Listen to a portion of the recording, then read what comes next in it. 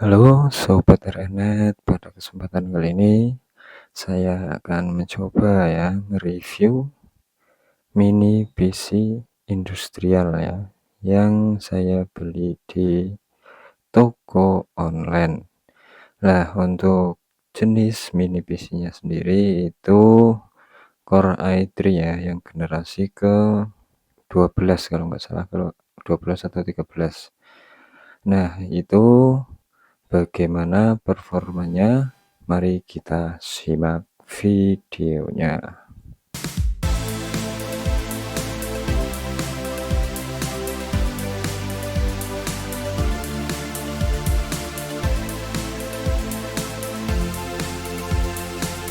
Nah, langsung saja ya kita buka Winbox-nya.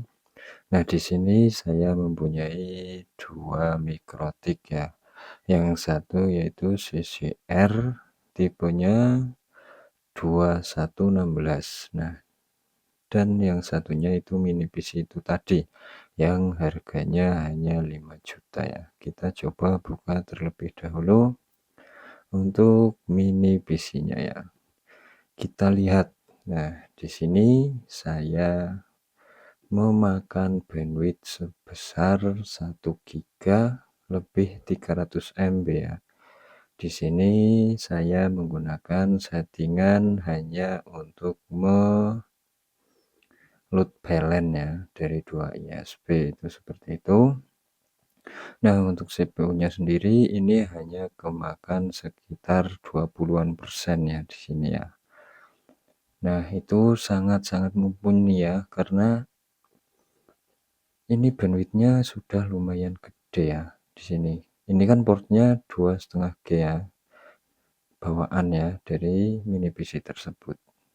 Nah, ini berjalan di 1 giga 300 MB. Di sini saya menggunakan settingan, kok nggak kelihatan. Nah, ini saya menggunakan load balance ya.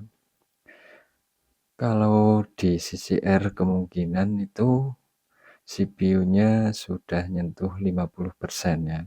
Coba kalau nggak percaya, itu kita lihat yang CCR ya.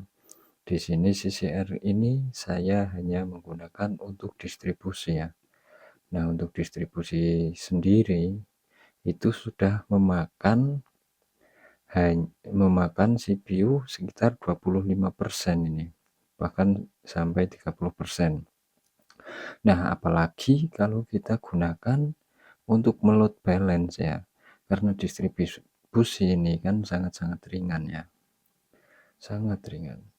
Itu sudah memakan CPU 25% dengan bandwidth sekitar itu tadi ya, 1 giga 300 MB ya.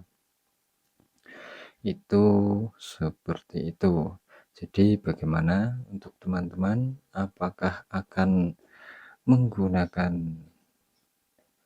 X86 atau masih tetap menggunakan CCR ya. Nah, padahal saya membelinya itu lebih dulu X86-nya ya, tapi ternyata masih awet sampai sekarang, tapi saya menggunakan extra fan ya, ditaruh di atasnya agar suhunya itu selalu adem. Itu seperti itu. Kita kembali lagi ke X86-nya ya. Nih, ini CPU-nya hanya 18%. Kita coba lihat.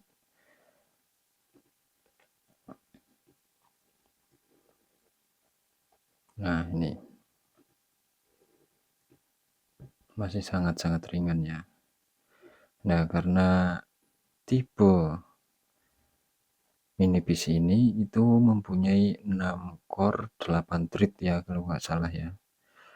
Itu seperti itu. Jadi ini kebacanya yaitu threadnya jadi 8. Nah, ini belum ada yang nyentuh 50% ya di sini ya. Ini sesekali nyentuh. Nah, itu sudah enggak lagi. Jadi performanya itu sangat-sangat mumpuni ya. Dibanding dengan CCR yang harganya 15 juta, itu kita mendapatkan X86 ini ya.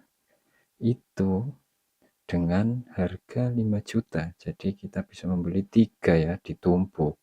X86 ini itu performanya akan seperti apa? Wah, CCR kalah jauh pastinya. Bukan menjelekkan CCR ya, tapi kan ada kelebihan dan kekurangannya sendiri ya. Kalau untuk seperti kita ini untuk memanajemen bandwidthnya ya, untuk load balance ataupun untuk bisa traffic itu lebih baik menggunakan yang X86. Tapi di sini saya menyarankan X86 yang industrial ya. Kenapa yang industrial? Karena LAN card-nya udah terhubung langsung dengan motherboard-nya. Nah, kalau kalian itu masih awam tentang komputer ya khususnya, kalau kalian itu membuat atau merakit sendiri X86, nah itu pasti resikonya akan lebih besar karena kalian semua itu belum tentu ya, belum tentu tahu tentang performa dari CPU yang kalian pakai dan LAN card yang cocok dengan MOBO tersebut. Jadi sangat-sangat saya tidak sarankan untuk merakit sendiri. Lebih baik kalian pesan ataupun tanyalah ya, setidaknya tanya kepada orang yang ahli komputer terlebih dahulu. Karena ini kan tergantung dengan CPU ya. CPU, RAM, dan kalau CPU kan sudah termasuk apa ya namanya? Ada core itu ya, dan kecepatan core-nya ya. Itu ada di situ. Nah, ini CPU frekuensi ini ya, kecepatan core-nya ya. Ini di sini bisa nyampai 3100 MHz ya. Sedangkan kita coba lihat di CCR-nya ya. Nah, di CCR-nya itu hanya kalau di sini enggak dengan ya. Nah, ini loh. Ini kekurangannya ya. Itu sudah ada CPU yang mentok hingga 100% ya. Nah, di sini tuh kalau ada CPU yang mentok hingga 100%, itu biasanya di pelanggan itu ada yang kurang stabil seperti itu ya. Nih, jadi yang lain masih tapi ini sudah mentok 100%. Nah, itu sangat-sangat tidak baik ya. Pasti ada aja masalahnya di pelanggan ini kalau sudah mentok 100%.